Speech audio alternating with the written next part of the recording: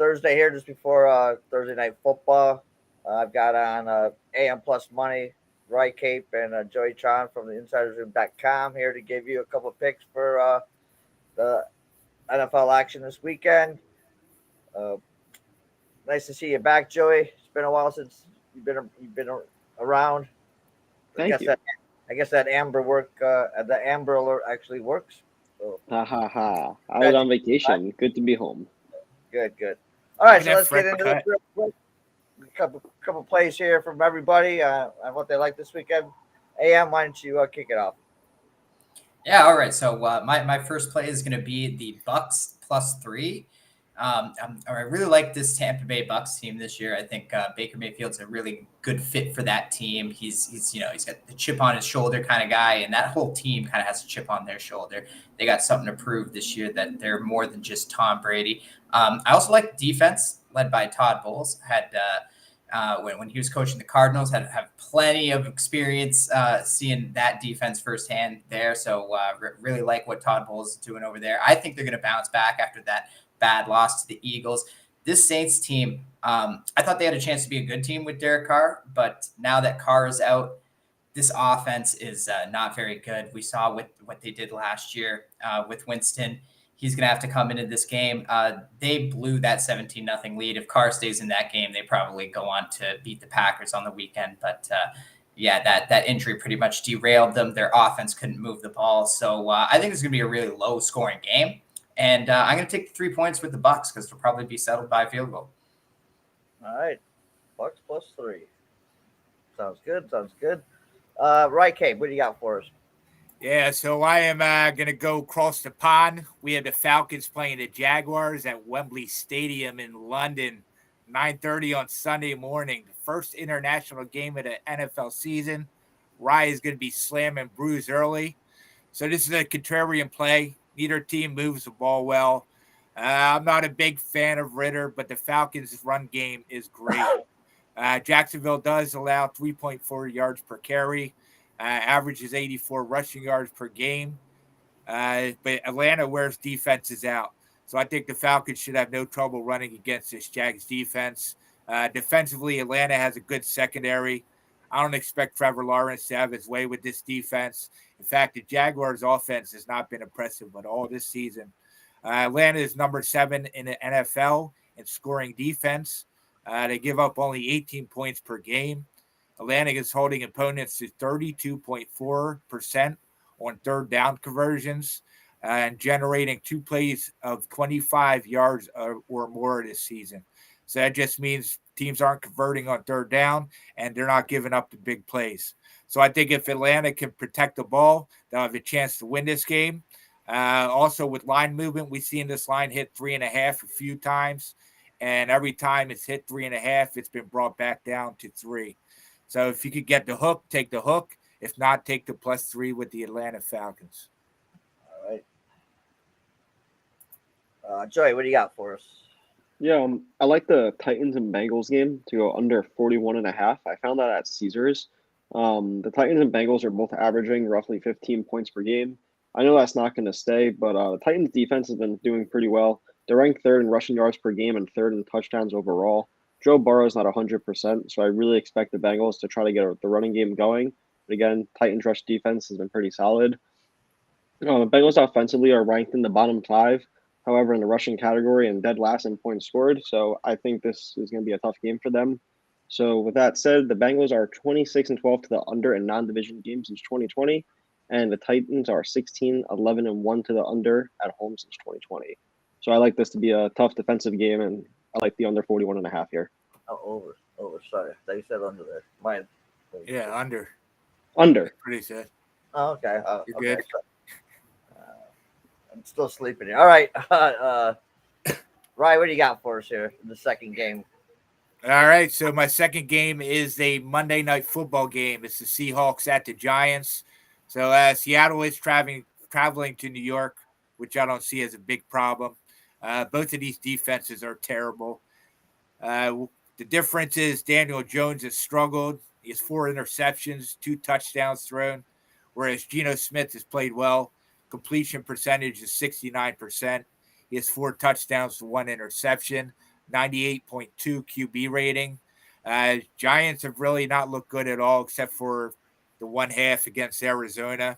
I think the extra rest should benefit Seattle as they've had a few injuries in the past 2 weeks. I expect them to get a few guys back that they need, like Jamal Adams, Trey Brown, Kobe Bryant, Reek Woolen. They have a couple guys on the offensive line that should be coming back as well, Charles Cross and Philip Haynes. Seattle is going on to the bye next week, and I did found a little trend that I like. Teams that are playing any road team heading into its bye week on Monday night are 25-12 against the spread, 22-17 straight up. So I like Seattle to go into New York and win this game. Okay. AM. So you got like another underdog here. What do you got going on?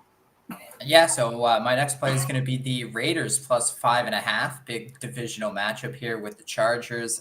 The Raiders already have a divisional win under their belt on the road, which came against the Broncos. Now, Broncos haven't been great this year, but Denver's still a pretty tough place to play.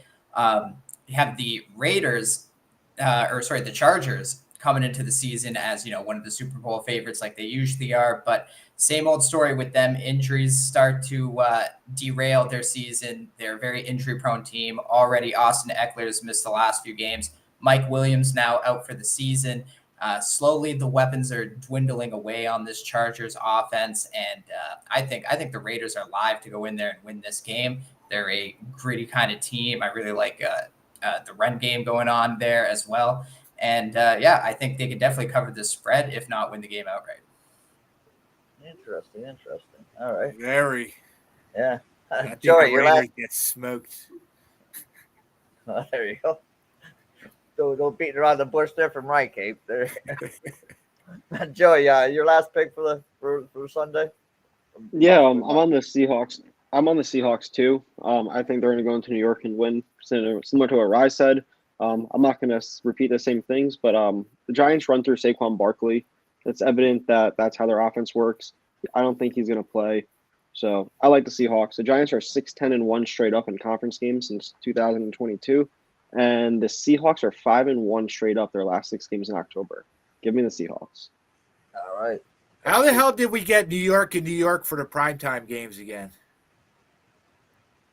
Brutal. Yeah, not good. I guess they expected more with Aaron Rodgers and Daniel Jones, but this is the Giants' third primetime game in the season so far. Insane. Hey, it's a Lions second. Imagine that. Yeah, but the Lions won one. All right. Real quick, what do you guys like in that game tonight? Anything? Lions? I'm actually on the Packers. I took the 2.5, but I think they win outright. All right. under. Yeah, I think it's probably going to be an under. All right. Oh, Primetime unders are king. I hope you're all wrong. But... all right. We'll go through these guys again. They'll give you their plays for the night, and they'll tell you where you can find them for more of their stuff and what they got going on for the rest of this week and for the weekend. AM, I know soccer's been really big on the weekends. What do you got going on?